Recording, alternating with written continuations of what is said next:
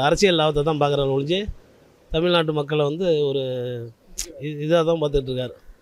ஒரு பொறுப்புணர்ச்சி இல்லாமல் மக்கள்கிட்ட ஒரு அவதூறு பரப்பிக்கிட்டு அலையிறது இது நல்லதாக கிடையாது. ஒரு பிரதமருக்கு இது நல்ல செயல் கிடையாது. நம்ம மாண்புமிகு பிரதமருக்கு இந்தியாவில் உள்ள மாநிலத்தை பிரித்து ஆள்றதும் மக்களை பிரித்து ஆள்றதும் அது அவருக்கு தொழில்.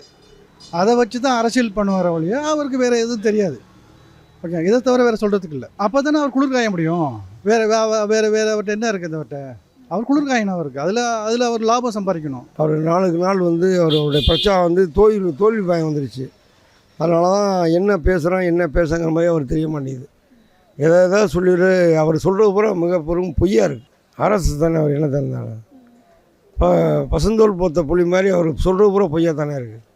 அவர் இந்த தடவை இந்த தடவை கண்டிப்பாக அவர் தோற்றுருவார்.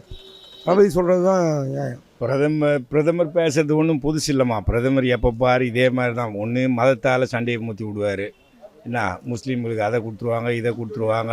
உங்கள்கிட்ட 2 எருமை இருந்தால் அதை வாங்கி அவங்கக்கிட்ட கொடுத்துருவாங்க. உங்கள்கிட்ட சொத்துக்கள்லாம் வாங்கி கொடுத்துருவாங்க அப்படின்னு அவர் எப்போ பாரு இப்படி தான் பேசுகிறார். ஒரு டைமு ராகுல் காந்தி பார்லிமெண்ட்டில் பேசினார். Never ever cannot be rule Tamil Nadu people for you அப்படின்னு பிஜேபி பற்றி பேசினார். மோடியை வச்சுக்கிட்டே பேசினார். அந்த காண்டு தான் அவருக்கு. இப்போ ஒடிசாவில் வந்து பிரதமர் வந்து இந்த பிரச்சாரத்தில் தமிழ்நாட்டை பற்றி ஈழாக பேசுறது, தமிழ்நாட்டில் இருக்கிறவங்களாம் சரியில்லை திருடனுங்க அந்த மாதிரிலாம் வந்து பேசின்னு இருக்காரு. ஏன்னா அவர் வந்து ஆட்சிக்கு மறுபடியும் வரணும் என்ற எண்ணத்தோட அவங்க ஊரில் இருக்கிறவங்கள வந்து தமிழ்நாட்டில் இருக்கிறவங்கள வந்து ஈழாக பேசுகிற மாதிரி சொல்லின்னு இருக்காரு மக்கள்கிட்ட ஓட்டு வாங்குறதுக்காக.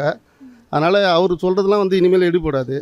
ஏன்னா இனிமேல் அவர் சொன்னது அன்றைக்கி நாங்கள் 420 தொகுதி வின் பண்ணி ஆட்சி அமைப்போம் மறுபடியும் அப்படின்னாங்கண்ணா. ஆனால் இனிமேல்லாம் அந்த எண்ணம் பலிக்காது. ஏன்னா மக்களை இனிமேல் ஏமாற்ற முடியாது.